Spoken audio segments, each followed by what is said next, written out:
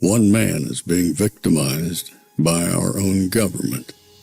One man whom they fear, yet whom millions love.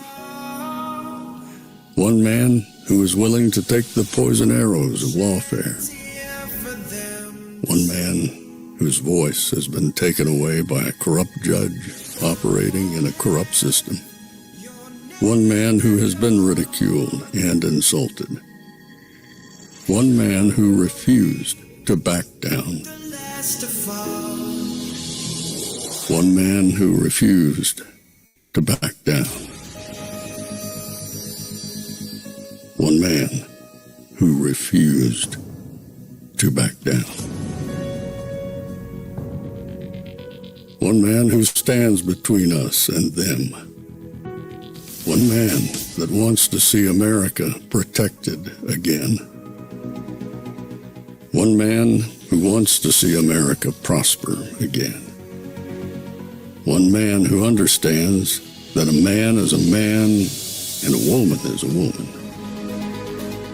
One man who understands and protects the blessing of life. One man who wants to restore American exceptionalism. One man who once again wants to make America that shining city on a hill for all to see. A place where all the people of the world glowingly set their eyes upon. America. One man who unashamedly wants to make America great again. That one man is Donald Trump.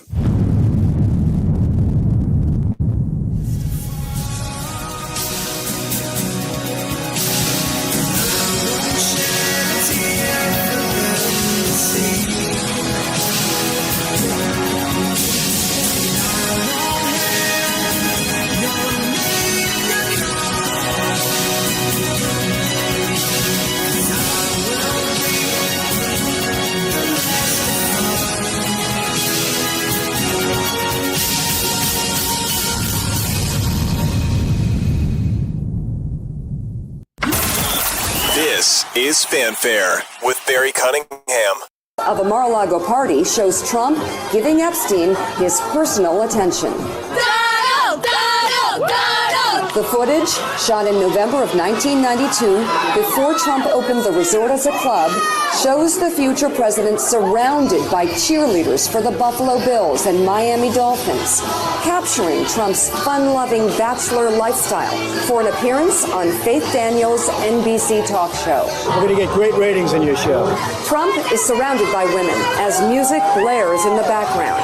After a while, Trump goes to greet three new guests, among them the financier Jeffrey Epstein. Come on in. Go inside. More than a decade before his guilty plea on state prostitution charges. Later in the footage, Trump is seen talking to Epstein and another man as women are dancing in front of them. Trump alternates between dancing and pointing out women to Epstein and the other man and telling Epstein about the cameras. Though exactly what they say is difficult to understand as they discuss the women and their appearances, Trump gestures to one and appears to say to Epstein, "Look at her back there. She's hot." And then Trump says something else into Epstein's ear that makes him double over with laughter. But as the president...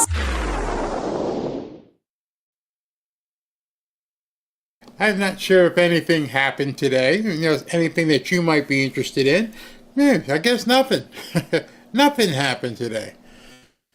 Well, I'm just going to ask you to woosah, take a deep breath. Take a deep breath and don't glom on to anything specific. There is missiles being bombed and lobbed all across the internet tonight. I mean, I've never seen people react so quickly to something they know nothing about. You see, there's nobody outside of that inner circle who knows anything. Everything else is speculative. Everything else is people wondering what's going on. And of course, the media jumping all over it, as you expect they would, as anyone would expect they would. including the two people involved in all of this. And I played that cut from, I believe it was NBC or MSNBC from 30 years ago. And they were just using that footage of Trump with, at Mar-a-Lago with Epstein. Everybody knows that, old news. And I just want to reiterate something that I said towards the end of the early show. And I just want you to write it down if you need to and just continue to keep looking at it. And this is it. If everything this man has been through, lawsuit after lawsuit, charges, indictments, 34 felony courts charges, Fannie Willis, Letitia James, Judge Merchan, all the craziness in New York, the Mar-a-Lago raid by the FBI, never mind running for a presidential campaign and then getting shot, and then having yet another possible attempt. All of that. And somehow you are believing that there's some hidden file that they just found out about Donald Trump and that guy who did some stuff over there. You'd have to be really gullible to jump for that. You really have to say to yourself, oh, everything I've ever seen, everything over the last year, I know Merrick Garland was the Department of Justice, I know Christopher Wray, I understand James Comey, I understand all this, but somehow it slipped by. How gullible would people have to be to buy into that? And I want you to know the world's richest man, another thing for you to accept and understand. The world's richest man knows that Donald Trump is quite litigious. You mess with Donald Trump, he's going to sue you. Ask CBS. Ask some of these journalists. And when Elon Musk, when that first missile got sent over, that first missile said that there's a bombshell and winkety wink, there's stuff about Trump, but he never accused him of anything. You see, Elon Musk knew at that point, and this is something you have to understand in the law. Elon Musk took it as far as he could without being slanderous or libelous in terms of actually writing something. He went right to the edge and he pulled back so as not to put himself in any danger. I don't know if anybody noticed that. But if Elon Musk knew anything, he could 100% say whatever he wanted, whatever he knew to be true, and would never face any lawsuit. Because the truth is the absolute defense to defamation. All somebody has to do is post something that's true, and they can never, ever have a judgment against them for defamation. So you have to understand, Elon and Trump, both of them have been involved. They probably get sued on a daily basis. They both knew what was going on. And he said this, and he said this. And everybody else is sitting on the bench or on the stands and looking and going, this is one crazy bunch of stuff happening. And all I'm saying to you is, just watch it unfold. The war of words right now means absolutely nothing. Because you don't know, and I don't know, what's going on behind the scenes. And so instead of letting yourself be foolish and wading into it and saying that Elon is this or Trump is that or, I don't know what's going on. And I've seen so many people since we met earlier begin to start taking sides. Why is he doing this? Oh, he's a scumbag. And prominent people. Prominent people, I think, who need the clicks, need the views, making their opinions out there. And it's like, come on, man, you don't even know what's going on. So I'm here to tell you that just pump your brakes, watch the movie unfold, see what scene you're in, see how this thing all plays out. Just watch. Don't make a fool of yourself and go out there and convict somebody. Don't be the one to go out there and say, he's that. No, man, I'm telling you. The one thing I can impart upon you is what I'm going to show you now is just don't be these people. Because at the end of what I'm going to show you, you're going to sit back and go, yeah, maybe I shouldn't. Yeah, maybe I should wait. Maybe a prudent person should just observe it and enjoy the show. You got a free movie. Enjoy it. Let me show you some of what I'm talking about. Who gets you in the divorce, Trump or Elon? Let me just tell you what every Republican is doing. I have my... Here's where we are today. We're literally... Heads are in the garbage can right now. That's the state of everybody I know at the moment. Not going to lie. It's an ugly day. You hate it when your friends are fighting. I continue to believe that their partnership last year saved America. And I also continue to believe their goals are not mutually exclusive. Trump needs to pass his agenda, which this bill is his agenda. It's what he ran on. Elon wants to save America from going bankrupt, which they can also do if the Republicans in Congress and everybody works together. All of these things can happen. When fights get personal, though, it means the enemy is advancing.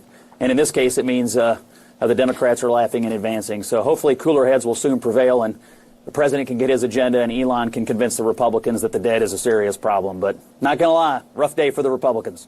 Yes. All right, so I'm Scott Jennings, and you guys know I really like Scott Jennings. We've had him here on the show. Great interview if you haven't seen it. And I thought to myself, he says the enemy is attacking. But one of the things Scott left out, and I'll leave it to you guys, which enemy? Which enemy is attacking right now? Is Trump the enemy? Is Elon the enemy?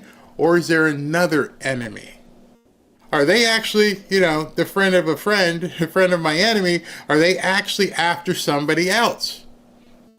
I just wonder if people can answer those questions, or are they immediately jumping in and saying it was a bad day for the Republicans? So I'm going to ask you right now. Most of you are probably MAGA, which is, unfortunately at this point means we're Republicans. I wish that wasn't the case. I wish we were, our own MAGA party. But I'm going to ask you a question. I want you to be honest in the answer here. You're amongst friends. Be honest in this answer. Did you have a bad day? I'm just saying. He said, it's a bad day for Republicans. Not for me. I've had a great day. God willing, I'll have a great day tomorrow. Yes, one of my lights decided it wanted to act on its own and not turn on, and I hope it stays that way. It stays on this time. But other than that, I talked to Ashley. The grandson had a good day at football camp. Robin had a great day doing her woman things and her nails. What do you call it? Mani-pedi, and she had a massage. Dogs are fine. Grandkids are fine. My day was fine. How was your day? See, that's where the problem is. The problem is people are trying to make you have a bad day. None of this affects you. None of what you're seeing right now should affect the way you personally feel, because it has nothing to do with you. So why would you have anger at Elon? You don't know him. We don't even know what's going on. So how can you let it affect your day? Not me. I'm just watching it like I'm watching a sporting game. Is my team didn't lose. He's still president. Nothing has negatively affected me. And I would ask you to say in the chat, if you feel like you've been negatively affected, tell us. Why would you possibly be negatively affected? Everybody's just a bandwagon fan. And because Trump was on the bandwagon, everyone just got on the Elon Musk bandwagon, no questions asked. The petty behavior when he was like blocking accounts and taking away check marks because somebody disagreed with him over H-1B visas. I don't even know how you can productively run three businesses if that's your approach to life. If when you get angry, you try to make people suffer, whether it's your baby mama or it's someone who's just disagreeing with you over H-1B visas. That's babyish behavior. And I struggle to believe that he is heading up three companies if this is how he acts, because you can't unite people around that kind of behavior. So many of you probably have watched Candace's videos. In an earlier stage, I watched some of her videos. And as she was talking just there, that's a perfect example of what I'm referring to. I don't care what he thinks in that regard. I liked that he helped President Trump get elected, but I don't have a personal stake in what he does. And I don't know how he runs his business to think that, quote, he's being a baby. I don't think I can go to that level of saying he's acting like a baby, because what have you seen? You see them both throwing barbs back and forth. Oh, by the way, if you haven't seen Trump's barbs, they're quite prolific. Let me see if I can bring these up real quick so you can see. Trump's not a type of guy who's going to just sit back and take it. He's going to dish it out as well. He posted this. I don't mind Elon turning against me, but he should have done so months ago. This is one of the greatest bills ever presented. It's a record cut in expenses, $1.6 trillion, and the biggest tax cut ever. If this bill doesn't pass, there will be a 68% tax increase, and things far worse than that. I didn't create this mess. I'm just here to fix it. This puts us on our path of greatness. Make America great again. Earlier, what did he say earlier? Let me see if I can find it. Yeah. Elon was wearing thin. I asked him to leave. I took away his EV mandate that forced everyone to buy electric cars that nobody else wanted, that he knew for months I was going to do, and he just went crazy. So they're both out there just throwing barbs against each other. Just, hey, you did this, you did that, you're crazy, you're a crybaby. But listening to Candace, and she's like, say, I don't even know how you can run a business. Well, obviously pretty flipping well. He parks rockets. He's looking at going to Mars. He's building data centers. President Trump seems to be running the country very well. I completely approve what President Trump is doing. Nothing to do with this dust up. I mean, if it's truly a dust up. I can't jump to conclusions.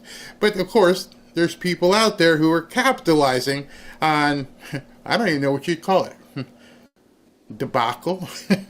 What do the Democrats do with someone like Elon Musk, given how powerful he is? Do they keep trying to push him off to the sidelines, given how erratic he is, given his, there's been a lot over the past year, or do they try to recruit him back into the fold? Because again, that money, with our campaign finance laws, which I think are broken and should be amended, that money really matters, especially when you have. So there's a different take right off the bat. MSNBC, like, hey, we can get this money. That would be awesome if we get Elon's money. This broken party has nowhere to go, but can we get some of that money? Did you hear anything in there about how does this affect America? Did you hear anything like, maybe this isn't the best thing for America for these two guys to be fighting in public openly? Nope. How can we capitalize on it? What can we do? It's like the guy who wants to date your wife and you can't wait to see you two fight so he can move in. That gets you hurt. Yeah, any law enforcement officer will tell you some of the worst things that happen are domestic squabbles. Don't you go in and try to stop the guy from beating her, and then all of a sudden she's beating you on the head with a frying pan. You're separated so nobody gets hurt, but don't think you're going to get in between them. And there's a reason for that. And I'm going to tell you what the reason for that is in terms of not wanting to get in the middle of this in a few minutes. Remind me of that. A lot of AI firms now backing prominent Republican races because they think Republicans are going to give them a better shot at fewer regulations. I'm going to respond in a way that isn't about the money. Okay, the Democrats have to be a big tent party. That means taking in disaffected Republicans. Just anyone who understands that what's happening in this country right now under Donald Trump's leadership and Republican leadership in Congress is anything but normal.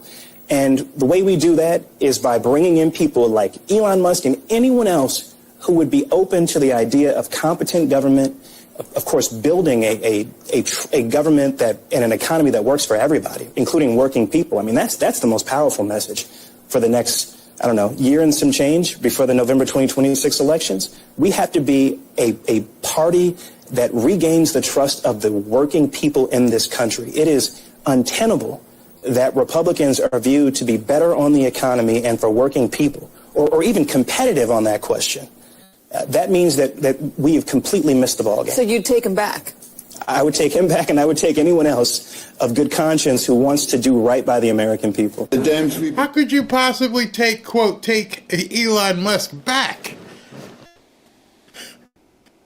There's a couple of things in what he said and why the Democrats will never take anybody back. One, all they want to do is tax you. All they want to do is take more of your money and more of your money and more of your money. And the second thing, what he said, and let me be the first person to tell you this in case no one's actually told you this. There's no such thing as an economy that works for everyone. Let me say that again. That is a communist manifesto mantra. Oh, we need to put together an economy that works for everyone. Bullshit. Excuse my language. You cannot have an economy that works for everyone. Because there are so many people who are not invested in the economy. And as long as people are not invested in the economy, it's not going to work for everyone. If people are sitting home eating bonbons and getting welfare and benefits that other people are paying for, the economy ain't working for us, and they're not putting anything into the economy. If 50% of the American public do not pay income taxes, then it's not an economy for everybody. So there's no way somebody like Elon Musk or any that you want to woo back, what you have to fix is your ideology. Now, some of you guys may think, well, Barry, that's kind of strong. No, these people are on welfare. There are people sitting home. What was the day yesterday? I quoted like 70% of people who file for these applications don't even work, aren't even looking for work. Why should the economy work for them? The only thing working for those people are you and me. We're the ones working for them. It's not the economy. It's not the country. They don't care. They're not contributing. They're coming in and eating off your kitchen table without even saying thank you. As far as I'm concerned, that's not an economy that works for everybody. The economy that works for everybody is when everybody's working for the economy. So don't worry about Elon Musk going with these nuts because their baseline foundational ideology is screwed.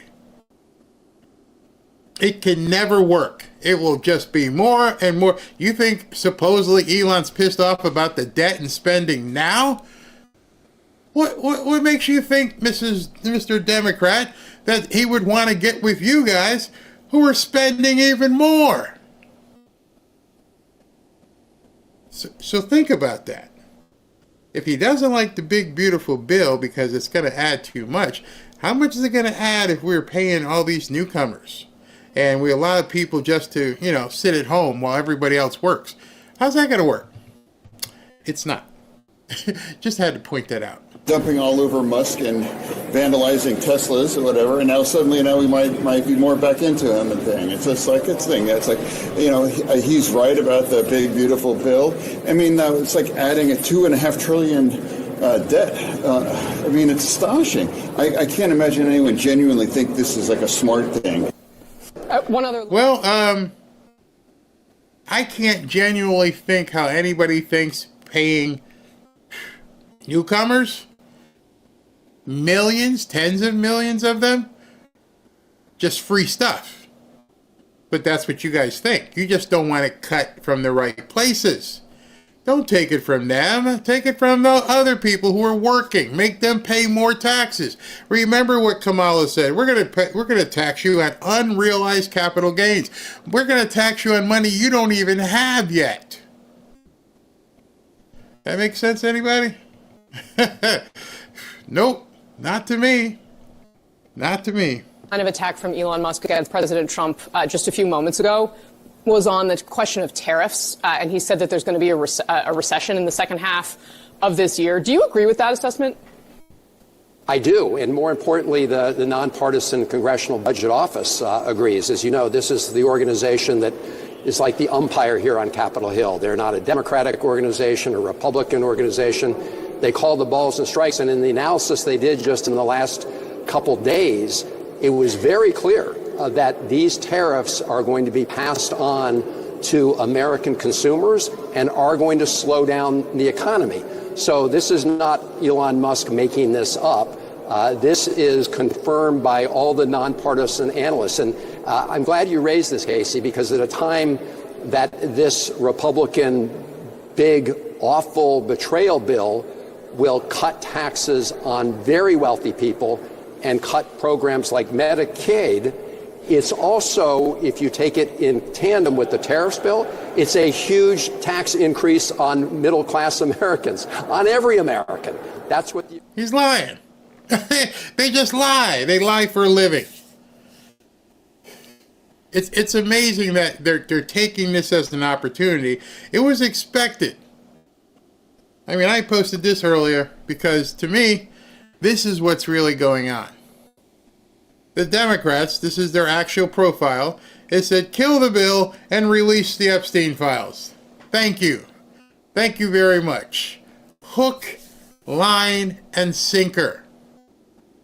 If you were going to draw up on a board, a game board, a war room, and you were going to say, listen, how do we get people to really want to see these files? How do we make sure that people really at this point are going to be asking for it, including Democrats? Well, that would be to make it seem like President Trump's going to be in there. And now all of a sudden everybody's like, oh, show the files. I didn't see if Hillary Clinton was showing anything. You know what might be interesting is find out who's not talking about it. Who's being quiet right now. Find out who's being quiet right now, and you might get an inkling of what's to come. It's funny, Charlie Kirk said this, which is what I said. Let me get this straight. Democrats try to put Trump in prison for 700 years, take his business empire from him, impeach him twice, take him off the ballot, that was in Colorado, censor him on all social media, all the while they were sitting on info that Trump was on their list. This is total incomplete nonsense. I don't know how you argue with what I've been saying. I don't think how you argue with what Charlie said. There's no way. They did everything to take this guy down. And if there was this much stuff on that list, yeah, they would have put it out a long time ago. So again, this is the information I look at and go, oh, you might want to hold off a little bit. Things aren't as they seem right now. Across the board tariffs are all about. So in combo, this is a big tax cut for wealthy Americans and a big tax increase for everybody else. The other ongoing debate that has been roiling Congress, and I don't need to tell you this, is this mega bill, the mega spending bill. It includes, of course, cuts to Medicaid that Republicans say aren't cuts. They're to preserve Medicaid. But it led to a pretty intense back and forth between Donald Trump and Elon Musk. Trump was in the Oval Office. He was with the Chancellor of Germany. He goes after Musk. Musk in real time. I got to interrupt for a second because I can't remember what political office Elon Musk holds. Do you know? So you're talking about a guy, he's the richest man in the world, but some guy outside of government is who is now they are fixated on. Not any of the senators, not any of the congressional members, a guy outside of government because he said something bad about Trump. This is who they're fixed on at this point. You don't think that Elon knew that? You don't think that Trump knew what was going to happen when all this stuff happens? I'm not trying to talk you out of any opinion. I'm not trying to give you an opinion. I'm just pointing out fact here. You obviously know if they knew something about him, that would have been exposed. Beyond that, how much fact do you have? The fact that both of them are out there posting things on social media? What the hell does that mean? What has changed? Anything changed? Nope. Trump's threatening to, cancel this contract. Elon's threatening to cancel this contract. You don't have to threaten, gentlemen. One of them's the president. The other one owns a company. If you wanted to do it, do it. Neither of you need our approval. But it's not happening. And I doubt it will, but we shall see. Time goes back after him, but I want to just read to you a couple of the key exchanges on social media between the richest man in the world and the most powerful man in the world. Elon Musk writes, without me, Trump would have lost the election. Dems would control the House and Republicans would be 51 to 49 in the Senate. Such ingratitude, to which the President of the United States responded, I would have won Pennsylvania, regardless of Elon. I'm very disappointed with Elon. He knew this bill better than anyone, and he only developed a problem when he found out I would cut the EV mandate. I wonder what you make of this back and forth, given that it is Donald Trump's bill and that it is Elon Musk who came into the administration with Doge. Well, again, from my perspective, they deserve each other. I just loved it when I heard that. I was like, oh, that's your response? They deserve each other? Seriously? That's all you got, really? They deserve each other? Okay. And there is almost an inevitability to this falling out that has occurred. But Elon Musk always understood that Doge was going to stand for the Department of Gutting Electric Vehicles. That was made very clear by the Department of Energy, by the Trump administration. As you look at this, I know this is ancient history. It goes all the way back to, I guess, last week, where President Trump is handing him a gold key, and Elon is accepting this gold key very happily. Yes, he did have a black eye. I don't know if Trump roughed him up or whatever, but they're in the White House exchanging pleasantries. President Trump said in one of his posts, yeah, I kicked him out, told him he had to leave. Really? We were there. We could see it. That wasn't it. Yet the Democrats now are stepping into a bear trap that I don't think they're going to be able to extricate themselves from. They had a problem when Elon Musk was working with President Trump by saying he was too close to the president. He is the actual president. He's a Nazi. All these different things that they were saying. Remember? Sieg Heil, all this crap.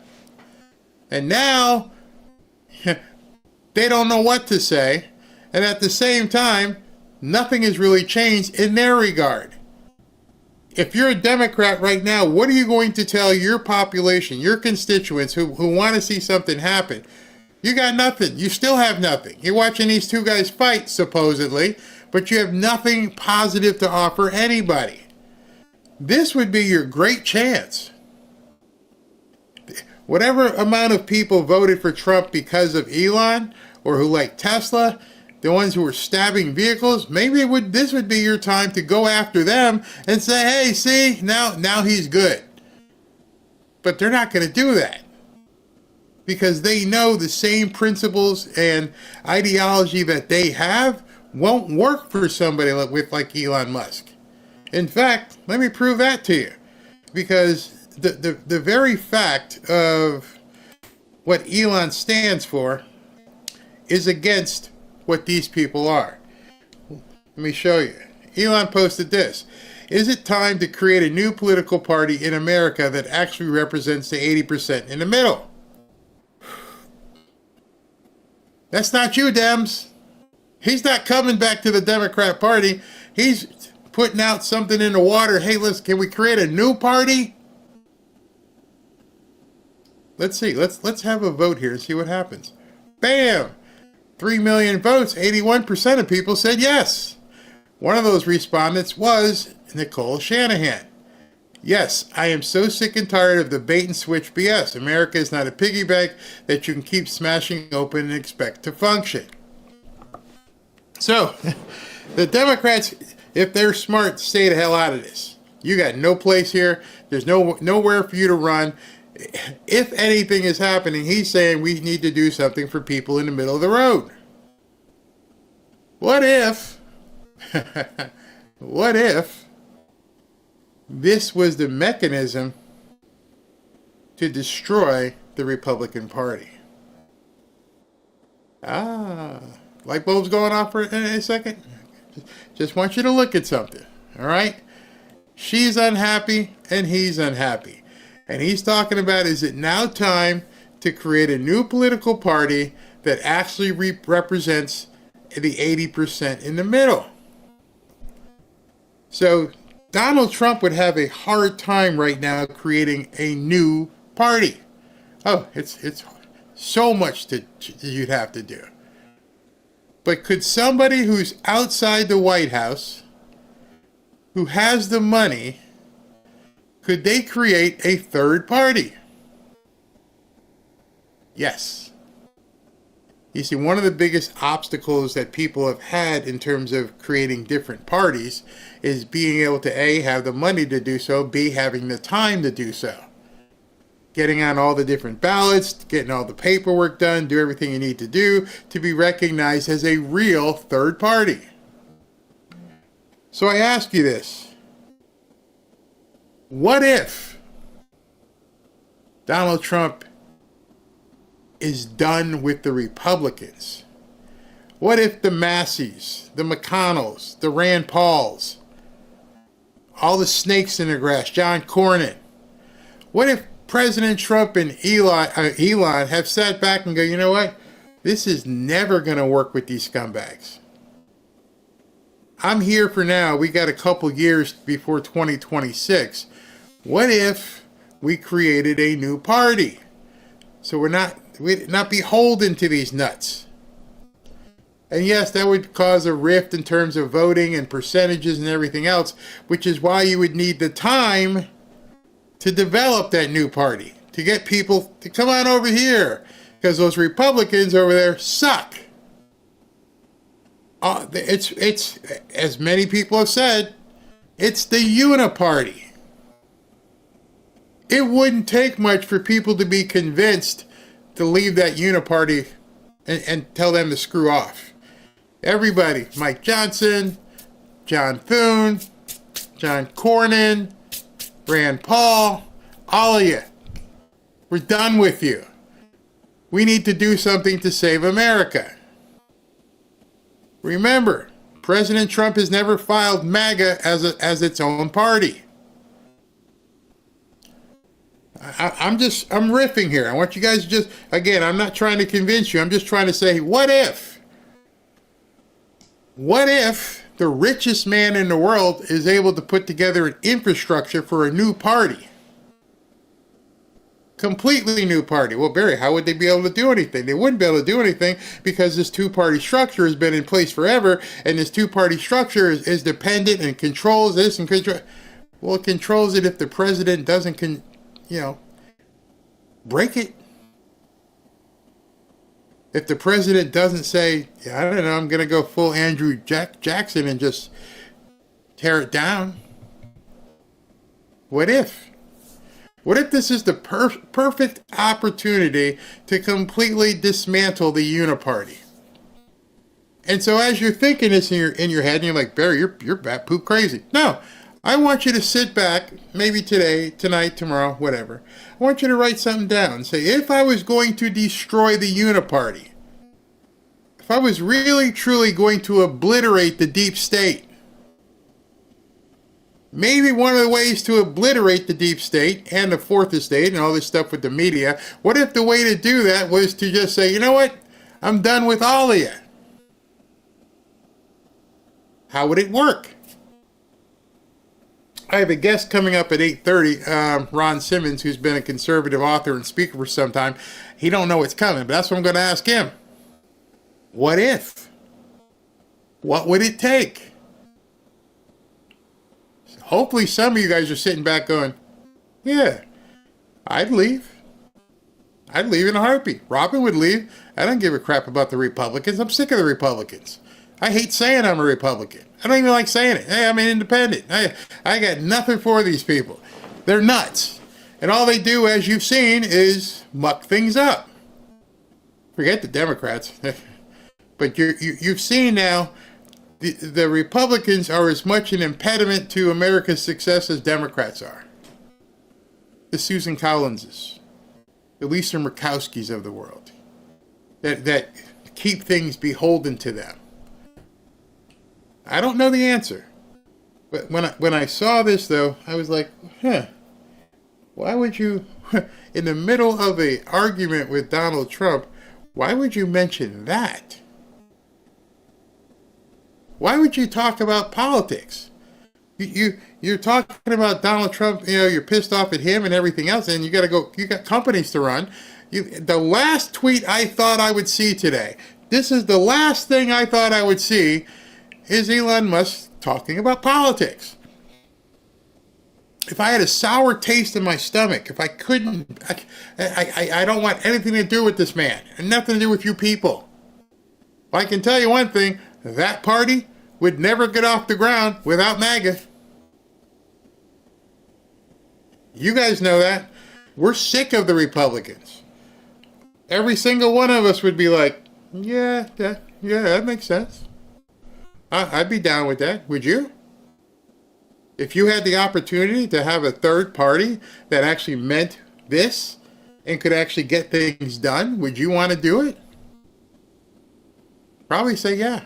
How many of you have an allegiance to the Republican Party versus allegiance to MAGA? Yeah. See where I'm going with this? Might be far-fetched, I might be crazy, but I just want you to listen to that. Let me take a break and take some here. I love it, funkin' genius. I mean, why would you even talk about that if you had no desire? We need an American Freedom First Party. Yeah. So when I saw it, that's when I was planning the show. I'm like, wait a second. You just got in a riff. You got in a political back and forth with the president of the United States, and you're already, this is where you go to in less than 2 hours. You suck. Oh yeah, can we start a new party? Wait a second. You didn't even go through like the 5 stages of grief. You just went, you suck. Can we do it ourselves? Did anyone else catch that? And so now as you see that, it should be food for thought right now is, how did it go from, hey, Donald, you suck, to, can we start our own stuff? And anybody else, right now, if I said to you, hey, I want to start my own political party, you'd be like, hey, good luck, it ain't ever going to happen. But the richest man in the world saying that? The richest man in the world who ain't got nothing but time and money? Wow. Barry, you're crazy. I might be crazy, but I'm not the one who tweeted that. I'm not the one who's having this vocal public dust up with the president who just a couple of days ago you were chummy with him, and you're expecting us all to believe like there's something big and bad happened. So let me ask you a question. What is a harder thing to believe?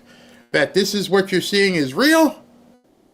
Or that there's a plan to create a third party?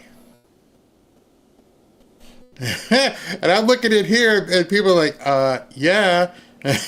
They're like, start it. MAGA Legion Party. What if that's what they're looking for?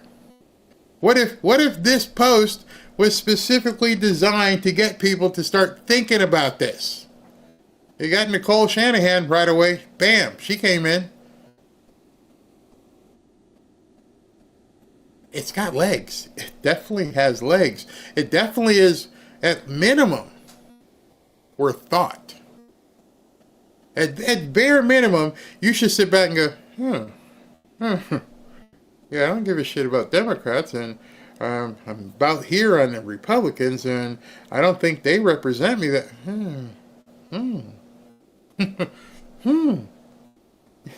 You might add something here. You might. I'm gonna have to think about that. And then, what happens if you find out President Trump is behind that? See, right now you're thinking, oh, it's Elon Musk. He's talking about a different party and getting MAGA in and everything else. And you haven't heard even yet if President Trump comes out and says, I'm done with the Republicans. I'm tired of it. Kill the bill. We're going to kill them. Metaphorically speaking. What if this entire thing is because the bill can't get passed because they smoked out these Republicans and they realize right now that nothing is really going to happen moving forward while we're still pretending to be on the same political party? Far-fetched? Then what? Then you need to tell me why you posted it. And then you need to tell me also, since they've been going back and forth all day, why didn't Trump respond? There's nothing on True Social. Oh, no. So now Elon thinks he can go ahead and start his own party? Nope, he didn't say anything. Not a word. Let's continue. By the EPA right from the very beginning of Inauguration Day, that they were going to gut all of the tax breaks for electric vehicles, as well as solar, as well as wind, as well as electric batteries, that they were going to destroy the clean energy future in our country. And why were they going to do it? They were going to do it for the oil industry, because we put 70% of the oil which we consume in our country into gasoline tanks. And so Speaker Johnson is from Louisiana. That's an oil state. And Johnson's saying, no way we're going to continue those tax breaks for Tesla or for any electric vehicle manufacturer in our country, because the oil industry, the gas industry controlled the Republican Party even more than Elon Musk. And he's now learning this, that it is the GOP. You think the richest man in the world just all of a sudden learned that the Republicans and most people run everything based upon oil? It just dawned on him. This man who's been with Trump the entire time, who I've listened to different speeches where he has said, we are going to roll back the EV mandate. We are going to do this. We are going to what? I remember seeing Elon sitting next or standing next to President Trump as he said, what? Drill, baby, drill. So you think this just caught Elon by surprise? He's been saying it for over a year. We're going to drill, baby, drill. The only people, this is, as you hear what their rebuttals are, you have to sit back and go, what the hell are these people talking about? I televise every single rally. Drill, baby, drill. Drill, baby, drill. Elon's right there. Drill, baby, drill. Oh, he just realized that they want oil. Huh? He really stands for gas and oil party. And I think it's a little bit of a shock to him, but it shouldn't be, because all along he was told that these cuts were going to happen to all the clean energy subsidies. And now, after protecting Starlink, getting federal help, doing the same thing for SpaceX, he's now coming in with crocodile tears saying, why can't you help me with my electric vehicle company as well? Because my shareholders are getting concerned that the valuation of the company is going down. And it's really just hypocrisy on stilts. That's all Elon Musk is engaging in right now. And this battle, unfortunately, for Trump is inevitable. And I think it's going to continue on indefinitely.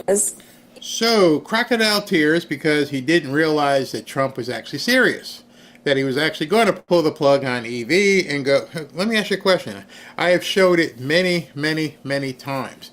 I don't know if I can find that same article. Hold on. Let me just take you back down memory lane.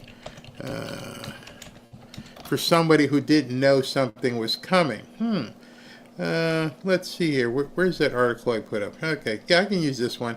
It's not the same article I had before, but it's good enough I can use.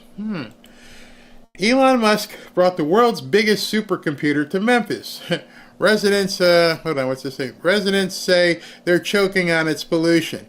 And he's building this giant plant with nuclear reactors. That's the site plan for it, in Memphis. And it says, last summer, an abandoned factory in southwest Memphis got a new life courtesy of the world's richest man. Elon Musk artificial intelligence company, XAI, moved in to transform the processing building into the world's largest supercomputer. Musk named it Colossus and said it was the most powerful AI training system in the world.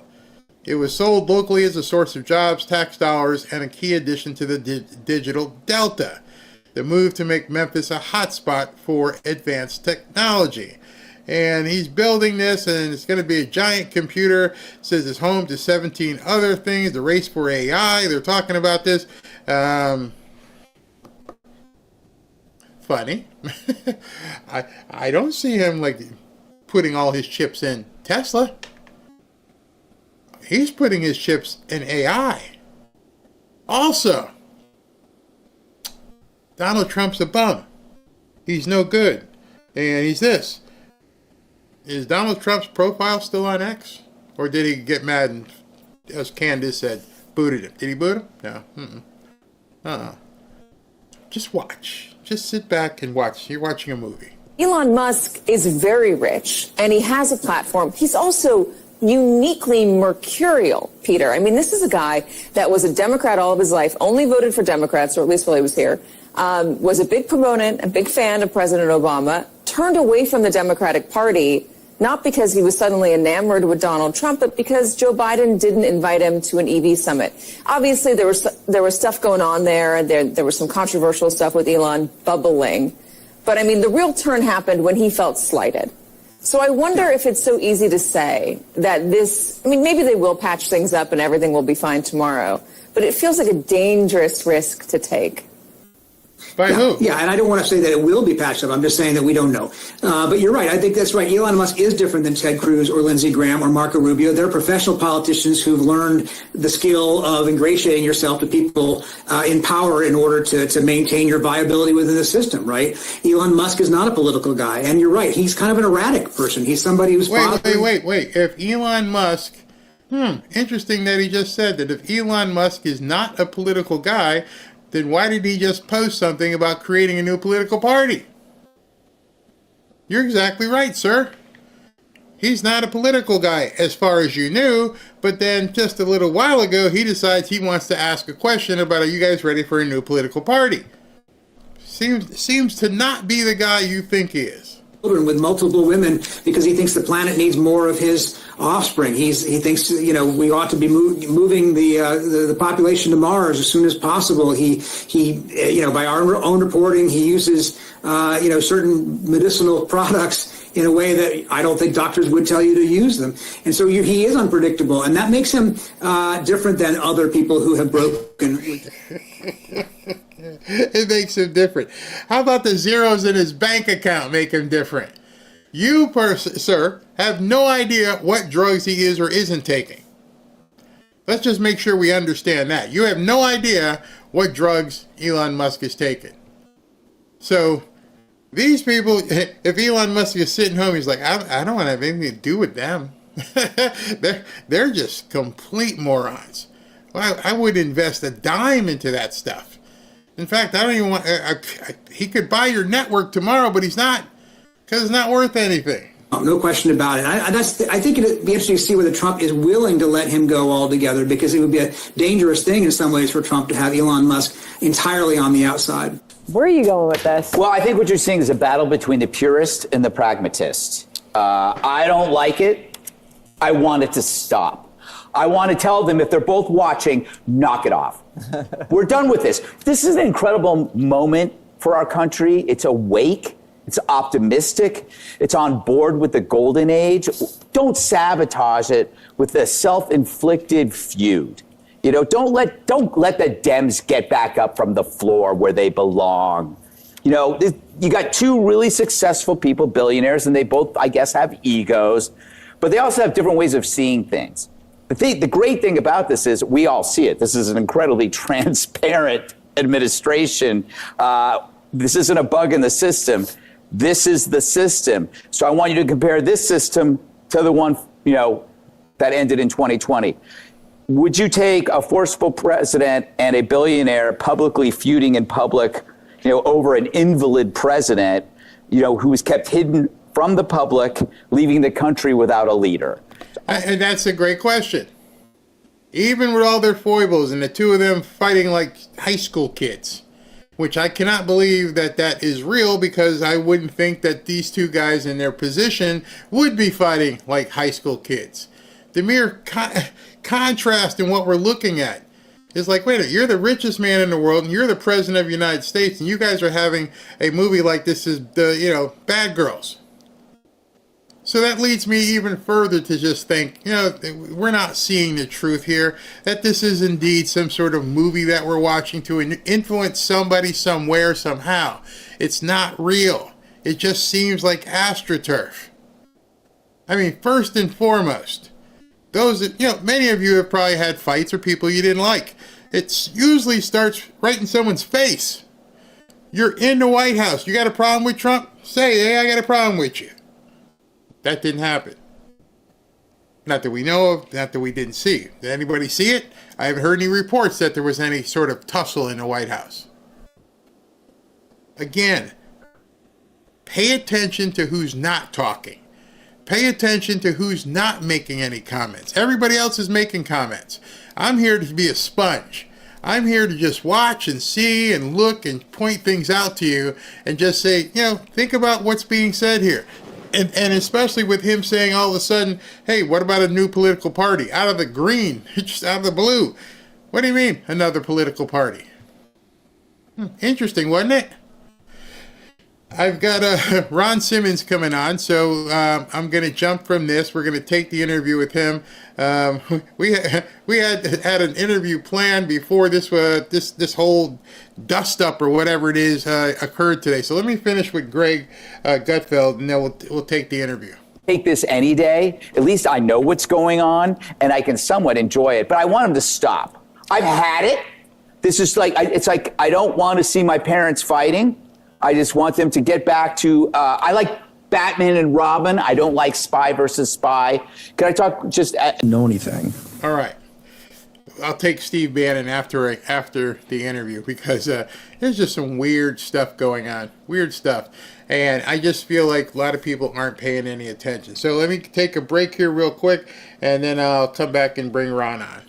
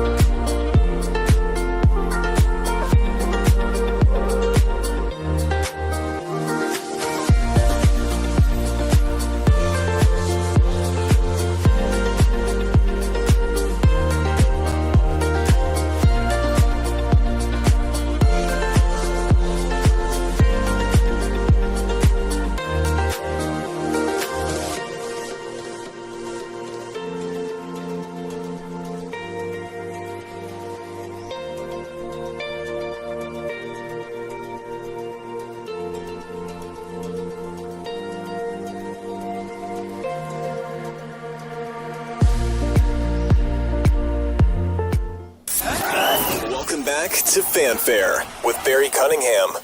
All right, so I've got Ron Simmons, who's coming on for an interview. Here's his ex-profile, Ron Simmons, Ron for Texas, principled conservative leadership, former Texas state representative. And I think he's in here. Ron, are you here? How are you? Yeah, I'm here. Can you hear me? Great. Yeah, I can hear you. Fantastic. So, great.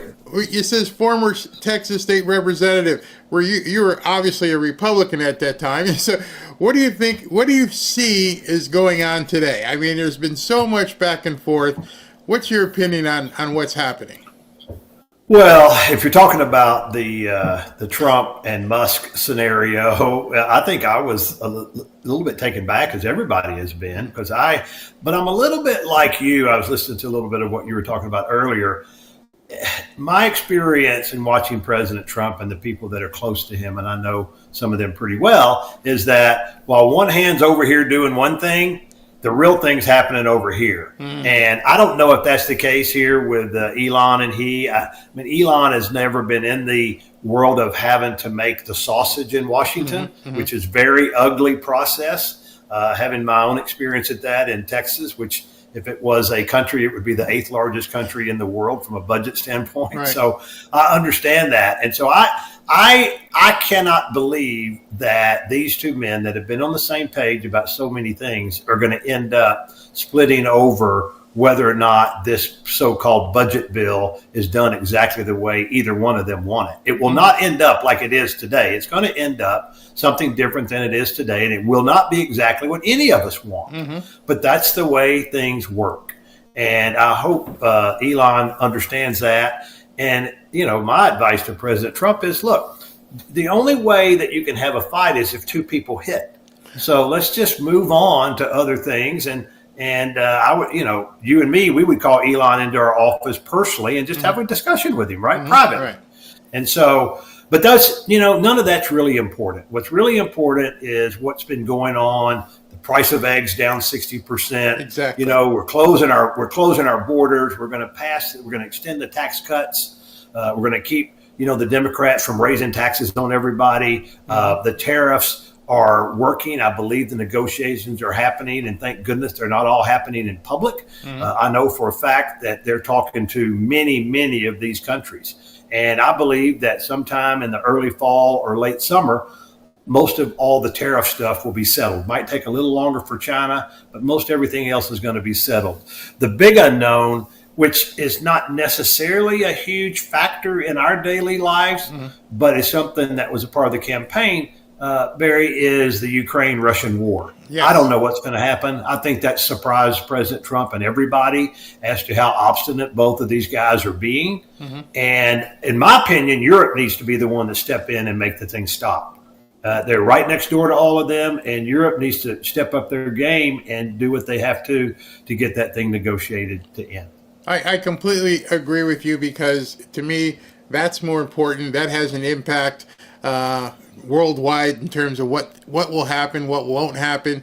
I understand today that Russia had gotten some of the air raid signs that went off in Ukraine, like something was about to happen. I had a Russian, she's American, but she was Russian born at that time, who said that she expected something to happen before the end of the weekend. So in your circles, when you're talking to people, what are you hearing about the likelihood of a response? Oh, I think that Russia will have some type of response, because I think that's just who Putin is. I think we're trying to stop that. But I do think if he has a huge response, I think that there will be sanctions like we've never put on anybody else before, including Iran. I think there will be heavy sanctions, and basically just cutting off their money is what we're doing. And we'll see what happens after that. Need to cut off both of them, cut off the money to Ukraine as well. What do you think about Lindsey Graham and Mike Pompeo heading over there? Well, I'm happy for them to go over there. Lindsey, I usually will see Lindsey sometime in the summer. He comes up to this area in North Carolina where we have a summer place to play golf. I look forward to speaking with him about that. But I think that, listen, I'm all in favor of people having a conversation. But listen, the Zelensky guy hasn't handled this correctly either. And I don't want Russia. I mean, Russia invaded them. I don't like any of that. But you've got to handle this yourself, right? You've got to figure out how to get to a stopping point. And you're not going to get everything back that you started with. It doesn't work like that. Now, there's so many things happening at the same time. And this whole stuff with Elon, I believe, is a smokescreen. One of the things that happened, or has been happening as recently as today, is these rogue judges making continuing stupid judgments. At some point, do you feel, and I asked this to a lot of people, what do you feel about, basically President Trump going full Andrew Jackson on this country and pulling the pin on things? Well, I think that if the Supreme Court doesn't weigh in on whether or not a single district judge can put a nationwide ban on something, then I think President Trump will be tempted to do that. That's a risky strategy, and one of the things we have to be thinking about is what happens in 2026. Because if he doesn't get Congress back in 2026, his agenda is going to be negatively affected. We need to make sure that we hold on to Congress in 2026. Now, after 2026, he can do what he wants to even more, right? But I'm hoping that the Supreme Court, and they've shown some signs in some of their decisions, even coming out today, where they have really pushed back on some of these federal, district judges and even the appellate courts. So I'm hopeful that'll happen. It shouldn't be that way, where some district judge in some individual location just says you can't do this anywhere in the country, even though it's really outside their quote unquote jurisdiction. What about suspending habeas to get as many newcomers out of here? Well, I think he can do that for, and I would be in favor of doing that for any of them that have a criminal record. Outside of that, I think the Supreme Court would push back on that. But I think with a criminal record, I think you could easily classify them as a threat. So I agree with you, and I agree with you on both sides, at the Andrew Jackson stuff too. So the question is, what's he waiting for? Well, I'm sure he's got people in his administration that are regular people that have been in Washington for a long time that are advising him to take it very slowly on something like that. And I don't know personally what it is. I've talked to my friends at the Heritage Foundation and others, and I think they're a little cautious on something like this. They want it to move well, but they want to make sure they have a good legal standing to do it so that it doesn't get overturned. Because if you do it and it gets overturned, right, that's going to be a huge, because it's going to be the Supreme Court. It won't be anybody. The district court will overturn it immediately, right, but it's going to end up in an emergency hearing at the Supreme Court. And so he may be waiting until the Supreme Court goes on recess too. Oh, tell me more about it. Wait a minute. We've talked about recess appointments and everything. Tell me about that. Well, the Supreme Court goes away after June for a couple of months. Right. And they can get back together, obviously. They could do that, but they are generally out of the picture. Then their staffs are working on stuff, but they don't hand down any decisions or anything like that until the fall. So there could be some strategy in that. And that can go both ways as well. Yeah, but I mean, if he waits till they go on recess and they're not back to October unless they convene for an emergency reason, what would that allow him to do? The district court judges, like you said, they'll immediately come in and say no. And it would allow him to disregard those district judges. I see now. Again, I don't have inside information, but I see where he would be okay with disregarding a district judge. Right. Okay, he's not going to disregard the Supreme Court. Not going to do that. Disregard a district judge. I think he'll have a strong political position with the people on something like that, especially when it comes to immigration, because immigration is what he's doing on immigration is still supported by an overwhelming majority of the public all across political spectrum. I knew they took a break, but I didn't even think about that being a potential strategy. That's pretty smart. Who knows? Yeah, exactly. But the fact that I didn't even think about that. That's awesome. This big, beautiful bill that they're trying to get passed. It's passed the House. It's going to go to the Senate. They're going to do their markups. What's the likelihood of this thing getting passed anytime soon? Oh, I think it'll get passed before they take a summer recess, because I don't think that they'll be allowed to not do that. So I think it'll get passed sometime. I would suspect before July 4th. Here's what happens is those senators and congressmen don't want to go home to the July 4th parades and the picnics and the barbecues and have to answer questions about, hey, are you going to keep our tax cuts or not? Right. Or are you going to do this? Or are you going to do that? So I think they'll do their darndest to get that done by the July 4th. If you were to give what are you most impressed with in terms of the Trump administration? Now, I'll go first. I've been very impressed with Tom Homan. I've been very impressed with Marco Rubio, and I guess Stephen Miller is always going to be impressive. But what do you think about well, tell me first. What are you most impressed with? I'm most impressed with Trump's ability that he didn't really understand in his first term about how to get things done in Congress. Right. Okay. Because that is to get a majority in the House where you have such a slim majority, and to get all the Republicans, other than the crazy couple that didn't vote for it, to vote for a very complicated bill. That is not an easy thing to do, Barry. I mean, and I give Mike Johnson some credit for that as well, Speaker Johnson, but Trump knew how to work that deal. Let me give you another example, okay? And this is not related to the national scene, but in Texas, we have been trying to pass, ever since I was in the legislature. In fact, I filed the bill for school choice, private school choice, set up a bit, and Texas passed it, put $1 billion aside for school choice, which is incredible. Well, let me tell you how we thought we were going to have maybe 80 out of 150 votes. But what happened is the Republican caucus, and we had Republicans against it because a lot of rural Republicans are afraid it's going to hurt their school district, which it doesn't, but they're afraid of that. So I get it. So we had a caucus meeting, or they had a caucus meeting, a Republican caucus meeting, and Governor Abbott was in the meeting. And guess who called into the meeting? Donald Trump. Oh, wow. And says, hey, we want you to pass this bill. Everyone that passes this bill, you will have my support in your next election.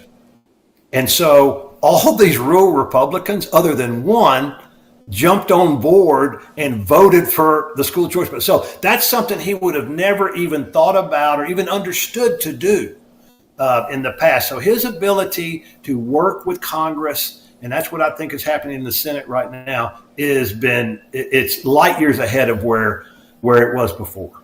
And on the other side of the coin, what are your thoughts in regards to Pam Bondi, Kash Patel, and Dan Bongino in terms of the law enforcement end of things? Yeah, well, I think that they have a mess to clean up, and I think that they're taking that head on, and I think that's what exactly they should be doing. Maybe their tactics are different than what we've seen in the past, but I 100% support both of them in doing what they're doing. I have, because they've got some houses to clean. And that's not going to be pretty. They've got, especially Kash Patel has some houses to clean. I mean, listen, they weaponize the FBI and the DOJ against conservatives and against Donald Trump and probably, honestly, they probably have had that been going on for decades. And we just haven't had anybody that's willing to stand up and, call it what it is. Right. But how much time? Yes, we also, I support them. Pam's from here down. I'm in South Florida. I've supported her. But how much time do you think it takes for them to actually get something done? If something isn't done in some way, shape, or form by X date, when's that going to be where you might start thinking something's not right? I'd say it's about 18 months.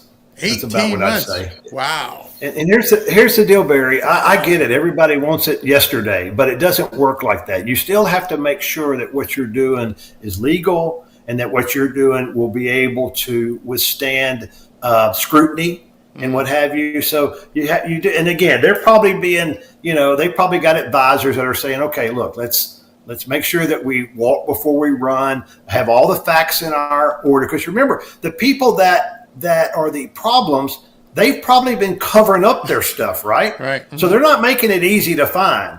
And plus they've got other things to do. They still have to run their departments on a day-to-day basis. We still have cases that the federal government has to represent. We still have criminals that the FBI has to arrest. So they've got to do all this stuff while they're trying to clean it up. And I just think it'll take some time. And they got to find out who's loyal to them. You know, they had got to find out who's loyal to them. So I think it's somewhere in the 12 to 18 month period is what I would say. Now, maybe I'm too patient, Barry. Well, I've got a question about your two domiciles, North Carolina and Texas. Texas, it seems that Ken Paxton has opened up a 20-point plus lead over John Cornyn. I would think you're a Paxton supporter, or do you think he can win that? I like both of them. Ken and I have known each other for a long time. In fact, Ken before he got into politics, he actually did some work for my legal work for my investment firm that I had. So I've known Ken for a long time. When I ran for office, he was one of the first people that contacted me, encouraging me to do it. So I've known Ken. We live in the same general area in Texas. I've also known Senator Cornyn since I was involved in public service. I like them both. I really do. And I would say that it's going to be a very tight race. It won't be a 20-point race like it's showing right now. I think it'll end up being tight. John Cornyn has a lot of support in Texas. He's done some good things, some things maybe that other people disagree with. But I think it'll end up being a very tight race. But I will tell you this too, Barry. It's going to probably be ugly, unfortunately. And whoever wins the primary is going to win the general election. There's no question. Texas is not getting bluer; it's getting redder. So, it's going to be interesting to watch. And the funny thing is, I mean, that's going to happen here in 9 months. Yeah. The first Tuesday in March. I mean, it happens quick in Texas. So it's going to be and now that the legislative session is over, and the state legislative session is over, that's kind of out of the way. And so it'll be campaign. Now, is your residence in Texas and your vacation home in North Carolina? Okay, so I was going to ask you what the heck is going on in North Carolina? Are we going to be able to regain that as a red state? Because I can't even imagine with the hurricanes and everything how that can stay as a blue state. No, I think it will, and Trump won it again this time, and I think he'll continue to win it. They got a super majority virtually in their House and Senate. I was disappointed. I actually liked their Republican governor candidate that lost, but he had some things out there that the media wasn't going to let go of, and and that ended up costing him, and that cost the Republican Party. So I'm convinced they'll keep the House and the Senate, and I'm hoping that in the next go around that they'll have a governor candidate that could take that back, because they need to have all three. Just as we're talking, Ashley just sent me a notification. This is breaking. Russian bombers have reportedly launched cruise missiles on Ukraine in what analysts believe is the start of Putin's promised retaliation to Ukraine's spiderweb attacks. There's also reports of ballistic missiles striking Ukrainian targets as well. So at what point? I didn't mean to predict it that quickly, though, Barry. I said it was going to happen, but I promise you I didn't know. Vlad did not call me. I promise you that. I did not get a call on the red phone. So whatever he does, whatever's happening right now, what does he have to do to make sure that NATO doesn't get triggered? And how do we protect our interests? I don't know if President Trump has pulled anybody or anything, but how do these two guys battle it out and figure it out without us or any other countries getting involved? I think I'm with you on that. I don't think Trump will ever send troops or anything like that, or even authorize our NATO troops over there. I think the next thing that'll happen will be severe sanctions that are going to happen that we're going to put. And I also think that Trump will put more pressure on Ukraine as well. And I get what Ukraine did. Listen, while they're in peace negotiations, Putin did what he did. Remember, he did that a few weeks ago. And then, Ukraine, it's kind of like they're beating their chest, right?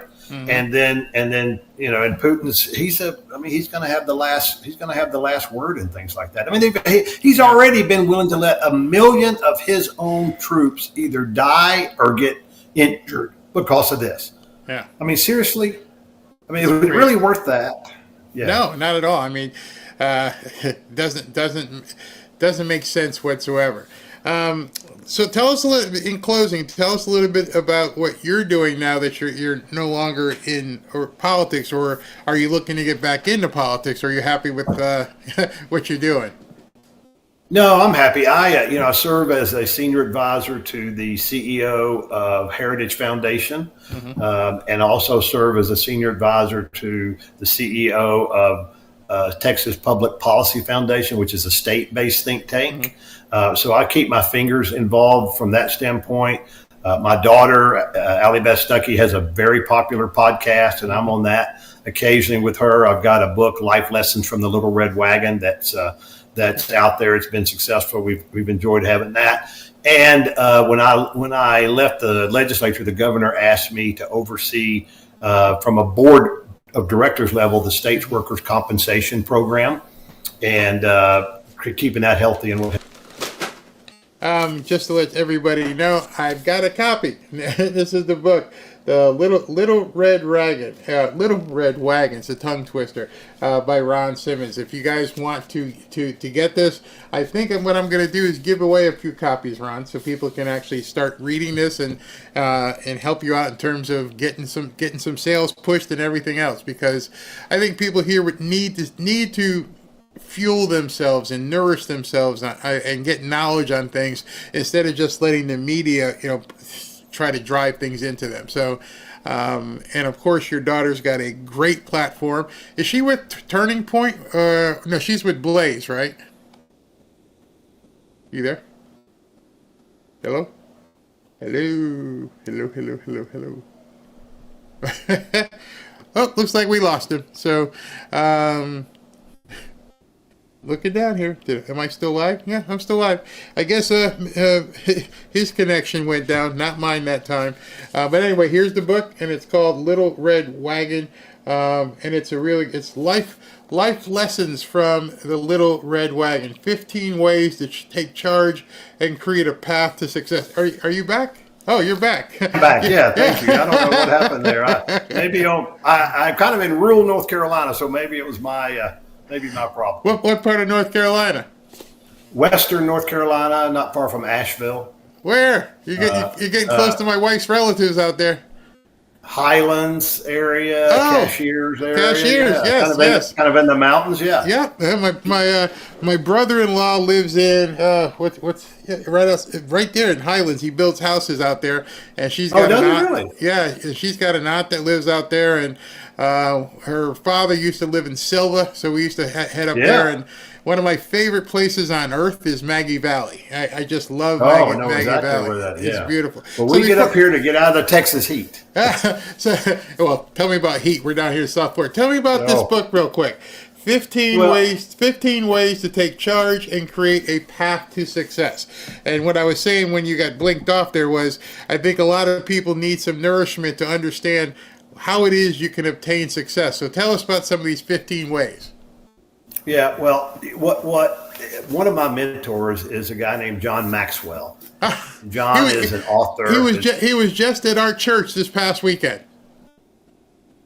Oh, was he? I was just with John yesterday and today. He's got a house up here as well. So we were playing golf up here. He was at Christ Fellowship down here in South Florida. Yeah. Oh, yeah. And I know Tom Mullins well also. I know Coach pretty well. So, but anyway, so John's been my mentor now for 10 or 15 years. And what in reading his stuff and just kind of going over my life, which was, started with nothing my parents were public school teachers and I started a business, with no revenue or anything like that. And what I learned on the way is that our life and the parts of our life are a lot like that toy we all had when we were little, and that's the wagon. Mm-hmm. And what we sometimes want to do, especially us men, Barry, we always want to be the person holding the handle. Mm-hmm. We want to be the driver. And sometimes we do need to do that, but sometimes we need to be the cargo. We need to have somebody else driving. Right. And also sometimes maybe we just need to be a wheel, that we're just the worker. And at different times of my life in different areas, just because I might be the leader of my business, I might need to be the cargo in my spiritual life. I might need to be learning, or maybe I don't know about finances. What we have to understand is evaluate where we are in each of the 4 or 5 major areas of our life and accept that. And then try to move from those areas to be the actual one that can lead and drive that wagon. Because in your wagon is your family, it's your finances, it's your future. And if you don't know where you're going because you don't have the knowledge, then all you're going to do is end up either on a nature walk or in a crash. And so we talk about ask the next uncomfortable question, make sure you have mentors, those types of things in the book. It's a very easy read. It's a story book. There's a lot of stories in there about my life. And I lost my last election. So we talk about how I felt about that. My district turned kind of purple. And so I think it's a book that everybody will enjoy, and I'm happy to, if anybody ever wants to ask questions about it, whatever, they can reach me on social media pretty easily. Yeah, your handle is right there, Ron, for Texas, and I'm so happy that somebody who knows John Maxwell is amazing. You'll recognize this thing he kept saying to us in church. He goes, "Hi, I'm John. I'm your friend." Oh yeah, absolutely. It's so perfect. He gave a great sermon. So, Ron, thank you very much. I cannot believe you're right up there in Cashiers. Yeah. Okay. Thank you, Barry. I hope you ever get up here, you'll give me a call. Oh yeah, I've got him. Ashley's in North Carolina, but she's on the eastern side. But my wife's relatives are all on the western side, up in the mountains, up in all through where the real people are. That's right. Franklin, all around through there. So yeah, thank you very much. All right, I've enjoyed it. Thank you for coming on tonight on an evening, and I appreciate it. And God bless you. Happy to. Thank you very much. Bye, Barry. All right, that is so weird. When Ashley came down here, what was it, 2 weeks ago or a week and a half ago, and she went to church with us, and I didn't know John Maxwell was the guest speaker when her and her husband Justin were here. And listening to John Maxwell, if you've never heard John Maxwell, he's just amazing how he lays things out. And he always says, "Hey, my name is John, and I'm your friend." And he starts out a conversation like that. So the fact that, when you talk to people and you find that commonality, I'm kind of pissed off that I didn't realize the commonality till the end of the time there just with Ron. Because if I'd known all that, and we could forget questions, you start talking to somebody because you have that commonality. And understanding what he's done with this book, again, what I'm going to do is I'm going to put up a webpage tomorrow or over the weekend. So Monday, I'm going to give away a number of copies of this book, and it's called Life Lessons, The Little Red Wagon, 15 Ways to Take Charge and Create a Path to Success. Because I firmly believe, you guys know I say it to you many, many times, and I keep saying it, and I will continue to keep saying it, that prosperity is available to you, however you define prosperity. And I wouldn't want anyone to tell you you can't have the success you want. And I want to surround myself with people who have that like-minded thinking. That's why I have JJ in terms of he works with me as my legal stuff, but then we ends up getting a deal, and then talk to him about being a pastor. It's all works together. So I hope you guys got some value out of listening to Ron tonight. I'm going to take a break and tell you about some gold from Lear Capital. And when I come back from that, I'm going to take some comments. And then after I take some comments, then we'll get ready to jump over to Rumble. All right, be right back. We're in a very volatile time right now. There's plenty of financial uncertainty. Now is not the time to be speculative. And I'm also speaking from a personal perspective. I'm buying income-producing real estate, and I'm buying gold and silver. A lot of people don't know the difference between the economy and the stock market. And too many people listen to the news and social media. That'll get you in trouble. Let's face it. It's obvious that a lot of people have an agenda they're not telling you about. Right now, your best bet is stability. And that means you might need to build a hedge against global volatility. May I recommend gold and silver to you? Real gold and real silver. Not paper, not certificates. Actual gold and silver. What gold and silver can give you is absolute peace of mind. A stock is only as good as the company behind it. It's merely a piece of paper. One of the things I can tell you is that many people are finding out the hard way that some of their investments were built on quicksand. Gold will never be worth zero. Silver will never be worth zero. If you want to calm some of your fears, give my friends at Lear Capital a call today at 800-601-5430 or go to learberry.com. Just so you know, Lear Capital has over 27 years of experience, thousands of 5-star reviews, and over $5 billion in trusted transactions. And Lear is the only gold company with a 24-hour risk-free purchase guarantee. You don't pay unless you're 100% satisfied. So go to learberry.com. If you want peace of mind, give my friends at Lear Capital a call at 800-601-5430. Or look down here below and go to learberry.com. And don't forget to ask about getting up to $15,000 in free gold or silver with a qualifying purchase. Don't wait. Do it now. Nobody knows what tomorrow holds. Be safe.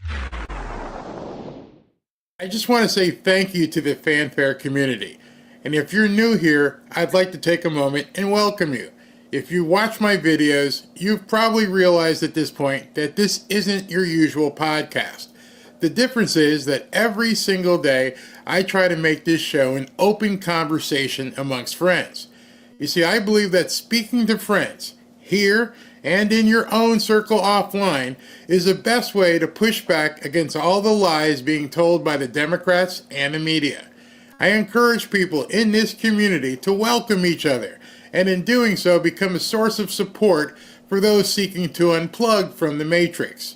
If you'd like to communicate on a deeper level, I invite you to subscribe to the channel, but if you'd really like to surround yourself with like-minded patriots, join our free and private X group by going to fanfareshop.org/group. When you join this free group, a few things will happen. One, if you haven't used X before, you can use X without venturing into the sewer that it sometimes can be. Two, you can share content with friends that you meet here. 3, you will get notified every time I go live, so you can't count on YouTube notifications. And 4, and this might be most important, you get content that I can't share on YouTube or Rumble. So please take a moment and join our free and private X group. Just go to fanfareshop.org/group. Remember, it's members only. There are 16,000 plus people in that group right now, getting close to 17,000. To join our free and private members only X group, just go to fanfareshop.org/group. We'll see you there. Welcome back to Fanfare with Barry Cunningham. All right, so something just broke, actually about an hour. I noticed this from Reagan Reese. Reagan Reese says, despite his public insistence otherwise, a senior congressional source tells the Daily Caller that Elon Musk did directly ask Mike Johnson to include EV tax credits in the big, beautiful bill. So, reading between the lines, is she actually saying that Elon lied? That Elon Musk did directly ask Mike Johnson to include the EV tax credit. So she also has an article here that she just posted. So let's go ahead and take a look at this. Says, exclusive, White House insiders vent on big, beautiful breakup, reveal Elon's final straw. And it says here, White House insiders told the Daily Caller Thursday that the snubbing of Elon Musk's NASA pick was the final straw after months of friction between he and the Trump White House. So there's been months of friction, she's saying. Oh, actually, you might want to get her on. After Musk publicly criticized Trump's big, beautiful bill for days, Trump finally alleged the former head of Doge has Trump derangement syndrome. Then the floodgates opened. Musk called for the president's impeachment and alleged his former boss is in the Epstein files. White House insiders told the caller Musk had been over asking and trying to act like a second president. He was being told no a lot, something that caused him to become increasingly irritable over time. Some of those big asks were for specific leaders at the IRS, the CIA, and perhaps most notably NASA. Days before the public implosion, Trump withdrew the nomination of Jared Isaacman, a Musk ally, to run the agency. Sources told the caller that was the straw that broke the camel's back. So if you remember, this guy, Jared Isaacman, was just pulled. No reason whatsoever was really given, just wanted to go a different direction, that was said. And I guess that was a big Musk ally. Continuing, Musk regularly argued with Sergio Gore, the director of White House presidential personnel, over staffing, but he also feuded over policy issues. He was kept out of the State Department by Secretary of State Marco Rubio, and his access was limited at the Pentagon as well. In March, the New York Times reported that Musk would receive a briefing at the Pentagon on the military's plans if a war broke out with China, which was later denied by the administration. For several weeks leading up to the briefing, Musk's Department of Government Efficiency staffers were active in the Pentagon, a source familiar told the caller. But following the news of the briefing, which apparently caused significant strife between Trump and Defense Secretary Pete Hegseth, the Doge staffers mostly dispersed. This has been simmering for a while. No one at the White House likes Elon. And while some people like Doge, no one likes the Doge monkey minions running around. One senior Trump administrator told the caller. The Doge monkey minions. The way he's going out is symptomatic of his habits because it's quite bizarre, said another Trump administration official. After Trump told reporters that Musk is upset over EV tax credits being left out, Musk repeatedly took to X to say that the president was lying. Despite Musk's public opposition to the EV tax credits and insistence he did not want them in the bill, a senior congressional source told the caller that Musk did ask Speaker Mike Johnson to include the credits in the big, beautiful bill. Meanwhile, right now, I guess Doge staffers are being told to conduct business as usual. I just got to Doge HQ. I'm the last man here. The place cleared out as a precaution, one of the Doge people told the caller. Similarly, a White House official told the caller that they are still very focused on passing Trump's big, beautiful bill and that Musk's meltdown would not be a distraction to their mission. The official added that Trump always knew Musk's feeling on the bill and it was unfortunate that Elon has spiraled out this way. A week ago, one staffer sensed something was wrong or that a blow-up may be coming. Musk was standing alone outside of the White House. The staffer took the opportunity to praise him for his work within the government. Musk uttered a thank you. He looked dejected, sad. The staffer was worried. What's going on here? A few weeks later, the whole world would find out. So if you're to believe what Reagan Reese just posted there, it seems like this has been brewing for quite some time. Interesting. Very interesting. Okay. I don't know what's going on with the NASA guy and why Trump wanted that specific, well, why Elon wanted that specific guy in there, and why Trump just all of a sudden pulled his nomination. That's very, very weird. See, they're throwing people off. Good job, President Trump. It just doesn't make any sense. Doesn't make any sense whatsoever. They will hug it out. They have no choice but to hug it out at that level. That's how I feel. See, Trump always has aces up his sleeve. There's something great brewing. I believe so too. Barry, I agree with Candace. He's acting like a baby. He should have tried to talk with my authentic President Trump or his closet allies and settle it as a grown adult. Okay? Going rogue, not buying it. See, you guys... Again, don't let anybody tell you not to have your thoughts or anything. Just watch. What's this here? Somebody, MSX says, if I ever disagree with Barry, no worries, can't agree on everything. If you do, then one person is not thinking at all. Many opinions are great. See, my thing is, I'm not going to tell you what is or isn't happening. My objective here is to have you just look at everything, to see for yourself, to make your decision based upon informed data, not just feeling, not emotion, but informed data. And so more and more, obviously more and more of this stuff is going to come out. What's this here? What's that say?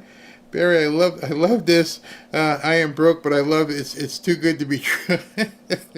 I believe. See, my personal belief is that I believe it is an illusion. And Vance, this is what I feel. I am so sick of the bull. Trump, please pull the damn pin. Exactly. All right, let's finish up with this video before I jump over. He's a know-it-all. He knows some engineering. Don't get me wrong. I give a hat tip for that, but he doesn't know anything about the real world. Doge was, and for any fanboys that still exist, while you're wrapping up in your cape tonight, understand on Doge, he didn't find any fraud. There's plenty of fraud out there. This was President Trump's first complaint. Was this all BS, right, with the Doge? The act that President Trump should be taking immediately. Were the 100 million people on Social Security not fraud? See, I don't get all this stuff. I understand not liking this guy or not liking that guy, but we saw it for ourselves, all the different things that were found. So I don't know why that would be discounted completely. What's the objective in trying to trash this guy? I don't know. I think when he threatens to take one of the big programs out of SpaceX, President Trump tonight should sign an executive order calling for the Defense Production Act to be called in SpaceX and seize SpaceX tonight before midnight. He's become one of your... You know, sometimes I think people have good things to say and then they say things that are so bombastic like that. I mean, seriously. We got Russia dropping bombs in Ukraine, and you want the government of the United States to seize a private company. I think that's even dangerous to say at this point. It doesn't make any sense whatsoever. And it's funny, he was sitting right next to Jack Posobiec. And as he was sitting next to Jack Posobiec, I was looking at something that he posted earlier. Let me see if I can find what he posted, because he was sitting right next to Steve Bannon as he was saying that. And then he basically said, don't believe what you're hearing. That hold on, I'm trying to find, he posts so much. I'll find it in a while. I'll come back to it. But basically, he talked about this being a movie as well. So if it's a movie as well, the guy sitting right next to you was saying that you should seize this company. It doesn't make any sense. Let me see if I can find it while you're watching this next piece. If you read and believe the media, he's become one of your best friends. He's working for free for you. Well, I love the president. I just want to be clear about that. I don't care about that. I know. I love the president. You love the president. I think President Trump is a good man, and he's, you know. It's nice the way he said that. You know, there's something nice about it. It really is. You know, because I mean, the president's been so unfairly attacked in the media. It's really outrageous. And I've at this point spent a lot of time with the president, and not once have I seen him do something that was mean or cruel or wrong. Not once. He's going to go into orbit soon. Okay. Yeah. No, he's going to go to Mars. He's Starlink. At some point. Yeah. Is in I mean, they was asking, like, do you want to die on Mars? And I say, well, yes, but not on impact. Starlink is in 100 countries. All right, so I found the post by Jack. Now, you just saw him sitting on a panel with Steve Bannon. Steve Bannon is talking about, let's rip the company away from Elon Musk and just have the government take it. This is what Jack posted. Some of y'all can't handle two high agency males going at it, and it really shows. This is direct communication, phallocentric, versus indirect communication, gynocentric. I understand you aren't used to it. And basically what he's saying is, you got a swinging thing feud going on. And somebody wants to show that they got a bigger thing than the other dude. So that, if you see that it's just a swinging member kind of argument, then other people see it as well. And then take it for what it is. I mean, it's crazy right now, you know, how things are going, and people are saying, this guy's bad, and we don't know what the heck is going on. That's all I'm saying. And what I was saying is this. I found this video, and look at that. There's not a single one of you. Not one. Nobody here would allow their little child to be walking around with somebody you thought was on that dude's island. Nope. Nope, didn't happen. Complete BS. There's no way you would let your little son, who's treating Trump as though he's grandpa, and you let him go out there, and now you're trying to tell the American people that, you know, Trump was on that list. Well, what does that make you then?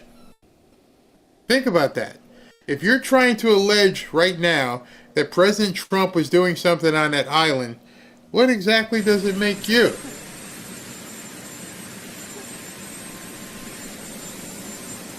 This should be all anybody needs to see. This is it. He's walking with him. He's happy to be with him. His dad is nowhere around. A little X.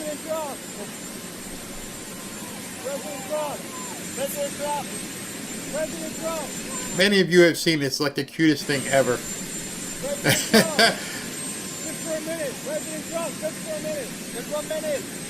No, he's not going to give you a minute. He's with a little boy.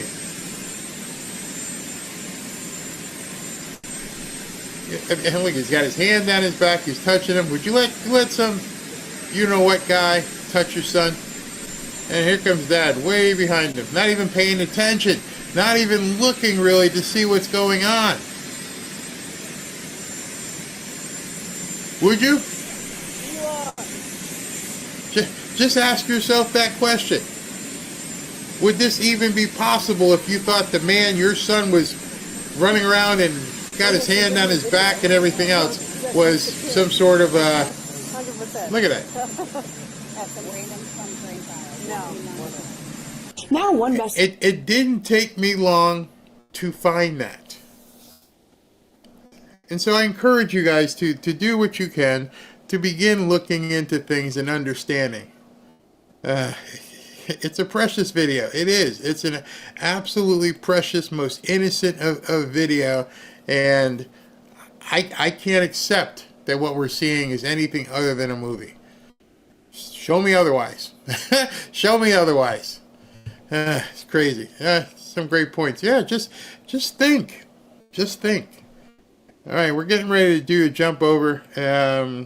So if you guys want to join us over on Rumble, there is the link. You can just put it in. And just going to tell you that the music tonight is reminiscent of a heartbreak. And it's hard rock. So if you guys don't like the music, and it's going to be, just to let you know in advance, it's like 14 minutes in before I'm going to start picking up. I've got Dan Bongino that we're going to look at, the interview he had with Sean Hannity. And let's see, that's it's about 20 minutes, but we'll be stopping and talking. But in the interim, we're going to play the music. We're going to enjoy it.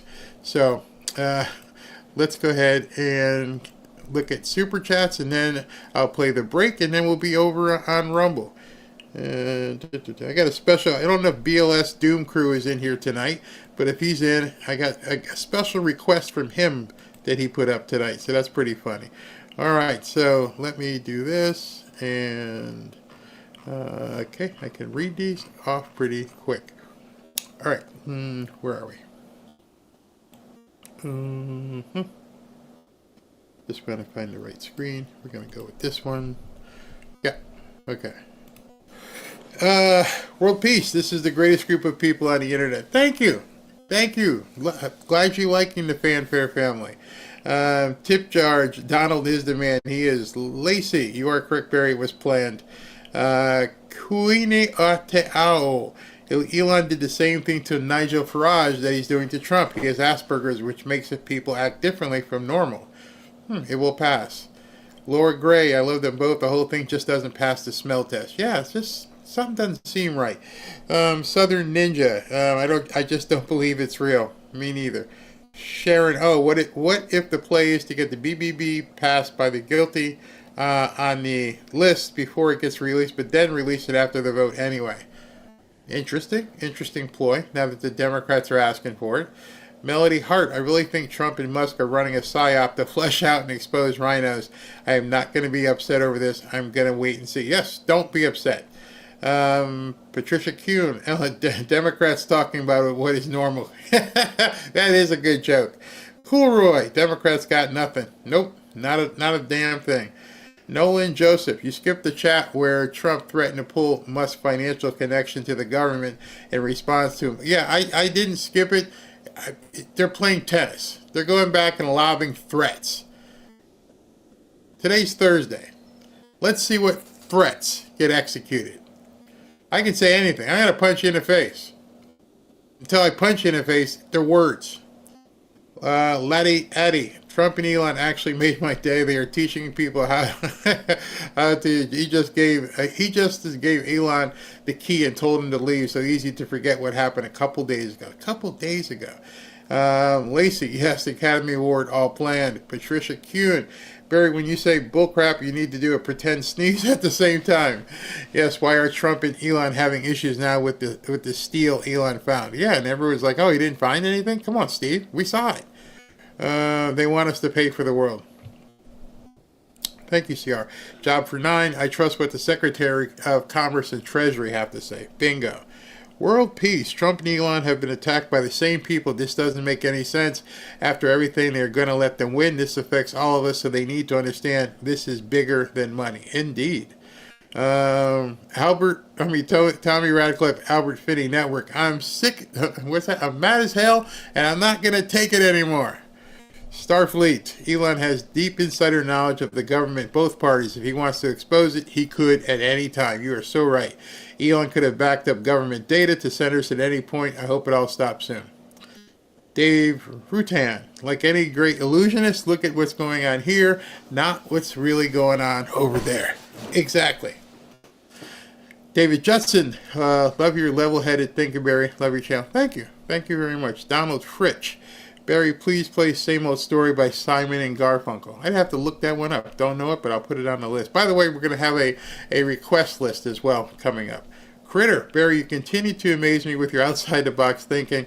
Elon and Trump are silently applauding your insights. I hope so. Thank you very much. David, again, that's pretty strong thinking, Barry. Like I said earlier, look here, not over there, where the real trick is happening. Nicholas Cervani, the new party couldn't bring Trump with it. Why couldn't it? But by the same token, why would it have to? He's done. Todd Doyle is the second revolution. Yep, welcome to the revolution. Delane, been watching for this very thing. Let's do it. Notice every single person I talk to, I mean, not even one has said not pull the pin. Everybody is just now talking when. It seems like it's a foregone conclusion. It's not going to be an if, it's when is it going to happen. And I loved what Ron said, because I never even thought of that. The Supreme Court goes on vacation in a couple of weeks. And unless they come back from vacation, we won't see them until October. And he's not going to listen to all of these district court judges. And I'm like, that's brilliant. I hadn't even thought about that. Dave Rutten, Elon himself said electric isn't sustainable for the near future. Exactly. Patricia Kuhn, yes, Trump doesn't say nothing without reason. Elon knew Trump was stopping the EV mandate. He knew it for a while. He told us all while he was campaigning. This is all an act. I can completely agree. Scotty, thank you. Captain Danny, I despise the GOP, but I'm forced to vote. Yeah, we all are. Patricia Kuhn, the Dems are happy with the rift, and the left media are wetting themselves with excitement. Be careful. Empty vessels are so easy to manipulate and control. Thank you, Tammy. Doolin Dalton. It's all distraction. Trump and Musk both know exactly what they're doing.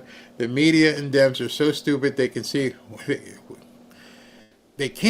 what's right in front of them.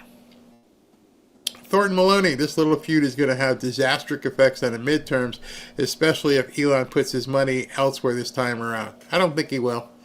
His ideology and what he still needs to see happen, especially as he's building out his AI centers, still needs Republicans.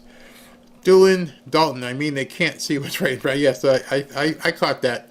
Mary Thorano, this whole thing has me on the verge of my seat, but getting bigger. Doolin Dalton again, wouldn't it be great if Elon and Bobby decided to make a party of its own, things that make you go? I just find it odd that you go from arguing to talking about having your own political party. I'm like, how did you get there so fast? Just saying. Mr. Mike, registered Republican and wished I could register as a MAGA party. Thanks for all you do, Barry. Thank you. Julie McClure, I'd be down with the MAGA party. Yeah, you're great at analyzing. I learned from your podcast. Thank you very much. Canelo, we ride or die with Trump. John Owens, where'd that go? I think that the libtards are being set up. I really do as well. Dool and Dalton need to just hide and watch. 2 ears, 1 mouth. Exactly. And 2 eyes. Beverly Litton. Elon was saying a third party needed to be created. Murray Nigri. Trump and Musk are doing this to see who pops up their ugly heads. Yeah, I mean, we got to sniff out these nuts. Got to sniff them out. Beverly, just wish Elon and Trump had aired their grievances privately. Now think about that for a second. And Ellen, thank you. I'm going to go back to what Beverly said. Just wish they had aired it privately. Don't you think they knew that? Think about that. Especially since they said it's been stewing, Reagan said. Don't you think they knew themselves, hey, maybe we should hold off. Nope. So they both erupted and started talking smack in public. Let me point you to something else too. Let me point you to the fact that President Trump used to call little Marco for Marco Rubio. Now they're supposedly buds. And he attacked what people would say was an attack with, what's his name? Ted Cruz and Ted Cruz's wife. He actually called his wife ugly.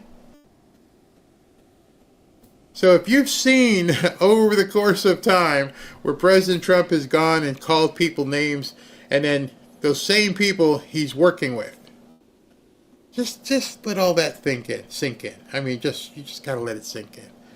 All right, so we're gonna do the Rumble jump over. In case you guys don't know what that means, I'm gonna finish the show over on Rumble. So I want you to go to that link. I'm gonna play a break, and during the break, the YouTube stream will drop, and then we'll be live only on Rumble. So getting ready to do that right now.